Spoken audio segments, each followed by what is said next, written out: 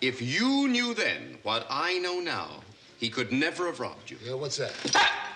Tony Randall, born Ari Leonard Rosenberg on February 26, 1920, in Tulsa, Oklahoma, was more than just an actor.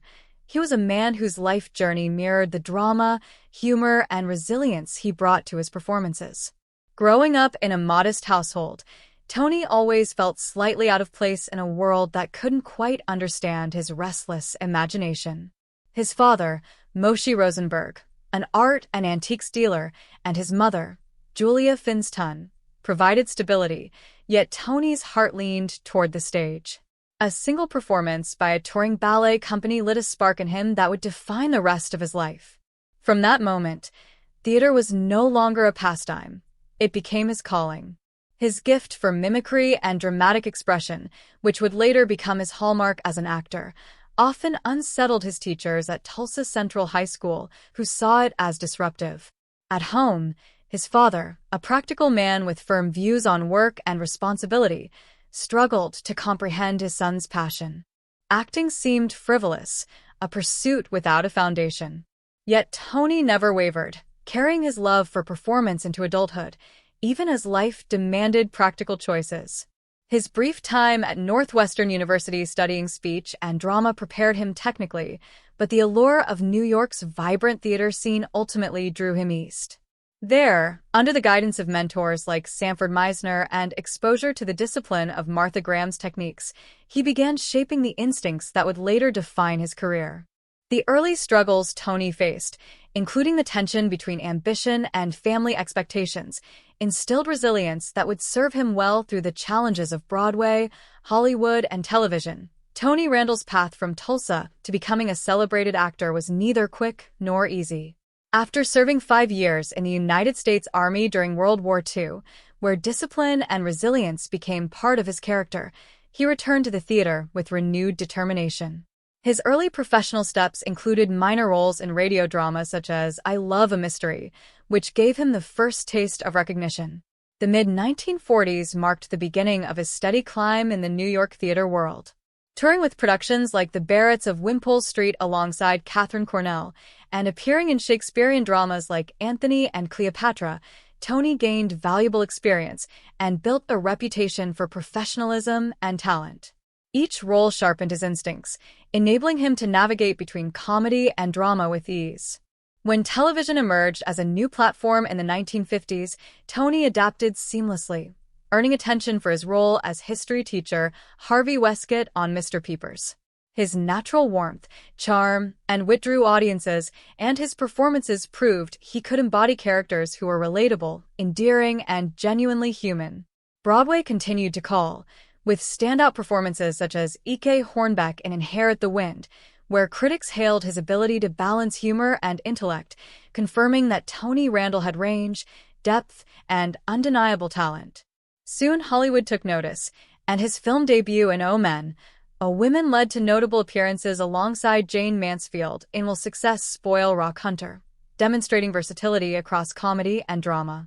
Even when productions faltered at the box office, as with Oh Captain, Tony's brilliance remained evident, earning him Tony Award nominations and cementing his reputation as one of America's most reliable and engaging performers. While Tony Randall's professional life flourished, his personal life often sparked curiosity and speculation. He married Florence Gibbs in 1938, long before he achieved fame. Their marriage, lasting over 50 years, was quiet, enduring, and childless, but it remained the foundation for his emotional stability during the whirlwind of his early career and Hollywood success. After Florence's passing in 1992, Tony entered a surprising new chapter of life when he married Heather Harlan in 1995. The union, with a remarkable 50-year age difference, Tony at 75 and Heather at 25, raised eyebrows and fueled gossip. Critics speculated about motives and questioned the practicality of such a marriage, yet those close to the couple described a bond filled with warmth, laughter, and shared values. The age gap, rather than being a barrier, became a defining aspect of their story, highlighting the compatibility of emotional maturity, energy, and shared interests. Tony found in Heather a partner who brought vitality to his later years, while Heather embraced the wisdom, support, and love Tony offered. Together, they built a life that was deeply affectionate and surprisingly ordinary, characterized by meaningful conversations, small joys, and a commitment to family that transcended public scrutiny. This partnership revealed that love could flourish even under circumstances that might seem unlikely to outsiders. Perhaps the most remarkable chapter of Tony Randall's life came not on stage or screen, but in his role as a father. With Heather Harlan, Tony welcomed two children, Julia Laurette and Jefferson Salvini. Having lived most of his life without children, Tony embraced fatherhood with remarkable joy and devotion. Despite being in his late 70s, he invested time, energy, and love into nurturing his children, even creating videos to preserve memories for them, aware that his time with them would be limited. The public, initially skeptical, was touched by Tony's determination to embrace life fully and cherish the gifts of parenthood, demonstrating that emotional connection and responsibility know no age limit. Heather, too, showed resilience, balancing the challenge of raising young children while honoring Tony's memory after his passing in 2004. Her dedication, quiet strength, and commitment to preserving the family's happiness reflected a love that endured criticism, societal expectations, and the inevitable hardships of life. Together, they left a legacy of connection, warmth, and continuity, proving that family and love can bring meaning to every stage of life. Even in the final chapters, as the 1960s approached, Tony Randall's presence in Hollywood became undeniable. He effortlessly moved between film, television, and stage, gaining a reputation for versatility that few actors could match. His roles alongside stars like Doris Day and Rock Hudson in romantic comedies such as Pillow Talk, Lover Come Back, and Send Me No Flowers showcased his urbane wit and timing, creating characters that were both charming and memorable. These films were not just commercial successes. They solidified Tony as a figure audiences could trust to deliver humor, intelligence, and relatability. Beyond comedy, he explored deeper dramatic roles, proving his range and willingness to challenge himself. His performance in The Seven Faces of Dr. Lao remains a landmark of creativity, where he embodied multiple characters from mythical creatures to human roles, displaying boundless imagination and technical skill. Television also offered new opportunities, allowing Tony to reach wider audiences and demonstrate his ability to adapt to emerging media. His appearances in specials, dramatic productions, and stage adaptations provided a constant reminder that his talents extended far beyond the familiar screen persona of Felix Unger. Tony's career trajectory illustrated a rare blend of persistence, discipline, and artistic curiosity, ensuring that each performance left a lasting impact on audiences and critics alike. While Tony's professional life flourished, his personal life carried its own set of challenges. The marriage to his first wife, Florence Gibbs, though steady and enduring, was childless, leaving Tony to focus on his career and public persona. The partnership was deeply supportive, but lacked the dimensions of parenthood. Florence's death in 1992 was a profound loss for Tony, marking a turning point in his personal life. He experienced grief alongside the demands of fame, navigating both with the same dignity that characterized his public image. It was after this period of mourning that Tony met Heather Harlan, a woman 50 years his junior. The union surprised many, prompting speculation about motives and intentions. Society often judged age gap relationships harshly, but Tony and Heather's connection went beyond appearances, revealing a shared understanding, mutual respect, and genuine affection. For Tony, the marriage offered companionship, energy, and a renewed sense of purpose, while for Heather, it provided a unique opportunity to share life with someone whose experience, wisdom, and character were remarkable. Together, they faced the scrutiny of public curiosity, demonstrating that love could flourish despite societal expectations or criticism. Heather Harlan's life prior to marrying Tony was rooted in ambition and exploration. She had a background in media, gaining early experience at NBC and building skills that could have led to a career in broadcasting. However, upon marrying Tony in 1995, she made a conscious choice to focus on family and support her husband during his later years. Their life together centered on creating a home filled with warmth, laughter, and meaningful connections. Heather's dedication to her role as a wife and mother exemplified quiet strength, allowing Tony to embrace fatherhood in ways he had not imagined possible at his age. The couple welcomed 2 children, Julia Laurette and Jefferson Salvini, creating a family dynamic that bridged generations. Despite the challenges associated with Tony's age and public perception, Heather managed both practical and emotional aspects of family life with patience and care. She emphasized balance, avoiding overemphasis on loss or fame, and instead fostered a nurturing environment where their children could experience joy, connection, and a sense of normalcy. Heather's perspective, shared through interviews and private reflections, provides insight into the reality behind public assumptions, illustrating the depth of commitment, love, and resilience that define their partnership. Tony Randall's experience of fatherhood in his 70s was extraordinary and inspiring. Having long desired children but previously lacking the opportunity, he embraced parenting with dedication, energy, and deep emotional investment. He documented family moments on video, ensuring that his children would carry memories of him beyond his years. Observers often commented on his vitality and enthusiasm, noting that Tony approached fatherhood not as a burden, but as a gift. Heather's role in this period was equally significant. She guided the family through the complexities of raising children while honoring Tony's memory and legacy, creating a home where joy and learning coexisted. The public often debated the practicality of having children at Tony's age, yet the couple's story demonstrated that intentional parenting, coupled with love, guidance, and presence, could overcome skepticism. Tony's final years were marked by a profound sense of fulfillment, derived from family, creativity, and enduring personal connections, illustrating a life rich not only in professional achievements, but also in meaningful personal milestones.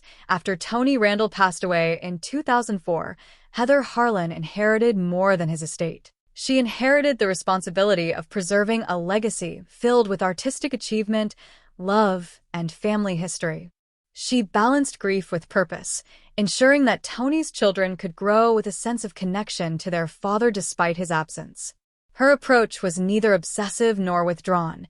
Instead, she fostered an environment where memories of Tony could coexist with active, joyful life. Philanthropic work became a natural extension of this effort, particularly in supporting arts and educational initiatives, reflecting values that Tony had cherished. Heather's resilience, discretion, and commitment provided continuity and stability, highlighting the often unseen dimensions of life after loss.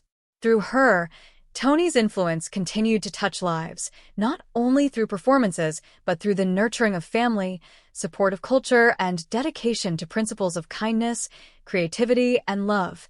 Tony Randall's story is not only one of talent and perseverance, but also one of humanity, connection, and resilience. His career spanned decades of innovation in theater, television, and film, yet it was his personal journey, marked by thoughtful marriages, late-life fatherhood, and meaningful relationships, that adds depth and richness to his legacy. Heather Harlan's perspective illuminates the reality behind public perceptions, showing that love, care, and intentionality often transcend judgment, gossip, or age.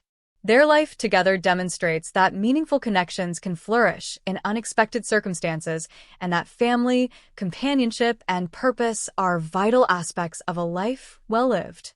For audiences today, Tony's story offers both inspiration and insight, a reminder that dedication, adaptability, and emotional authenticity remain timeless virtues, whether on stage, on screen, or within the quiet walls of home. Tony Randall, born Ari Leonard Rosenberg on February 26, 1920, in Tulsa, Oklahoma, was destined to be more than just a familiar face on stage and screen. From an early age, he demonstrated a restless imagination that set him apart from his peers and often bewildered his teachers. Growing up in a modest household, with his father Moshe Rosenberg, an art and antiques dealer, and his mother Julia Finston, Tony was surrounded by stability, but lacked understanding for his artistic impulses. His early fascination with performance began after witnessing a touring ballet company, which ignited a spark that would guide the rest of his life. Mimicking characters and developing expressive gestures became second nature, though it was often considered disruptive in school. Despite the skepticism of both family and teachers, Tony clung to his dreams of performance. Briefly studying speech and drama at Northwestern University, he realized that the academic environment could not satisfy his hunger for the stage. New York, with its vibrant theater scene, became his destination. Under the mentorship of Sanford Meisner and the disciplined artistry of Martha Graham, Tony honed skills that would carry him through a long, celebrated career. The early tension between ambition and familial expectations instilled resilience, a quality that would help him navigate challenges in theater, Hollywood, and television, forming the foundation for his success. Tony Randall's path to recognition was not instantaneous. After serving 5 years in the United States Army during World War II, where he developed discipline and perspective, he returned to the theater world with renewed determination. He began with minor roles, such as voicing Reggie in radio dramas like I Love a Mystery, slowly building his professional reputation. The mid-1940s saw Tony touring with productions like The Barretts of Wimpole Street alongside Katharine Cornell and taking roles in Shakespearean dramas including Antony and Cleopatra. These experiences sharpened his instincts, allowing him to move seamlessly between comedy and drama. When television emerged as a dominant medium in the early 1950s, Tony adapted with ease, appearing in series such as Mr. Peepers, where he played the endearing and relatable history teacher, Harvey Westcott. His warmth, charm, and natural wit allowed audiences to see characters who were both real and approachable. Meanwhile, his Broadway performances, particularly his portrayal of journalist Ike Hornbeck in Inherit the Wind, cemented his critical acclaim, demonstrating range and versatility.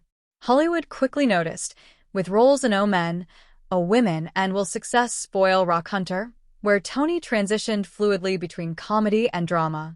Even when box office results were uneven, as with O Captain, his performances earned recognition, including Tony Award nominations, confirming that his talent transcended temporary setbacks and establishing him as a respected figure in American entertainment. The 1950s and 1960s brought Tony Randall to the forefront of American entertainment. His filmography included romantic comedies with Doris Day and Rock Hudson, such as Pillow Talk, Lover Come Back, and Send Me No Flowers, where his impeccable timing, charm, and intelligence captivated audiences. Beyond comedy, Tony embraced dramatic roles that showcased his depth and artistic courage. His performance in The 7 Faces of Dr. Lao illustrated his ability to inhabit multiple characters, from mythical creatures to complex human personalities, highlighting his boundless imagination and commitment to craft. Television, still emerging as a medium, provided him opportunities to reach diverse audiences, from lighthearted specials to dramatic presentations, reinforcing his adaptability.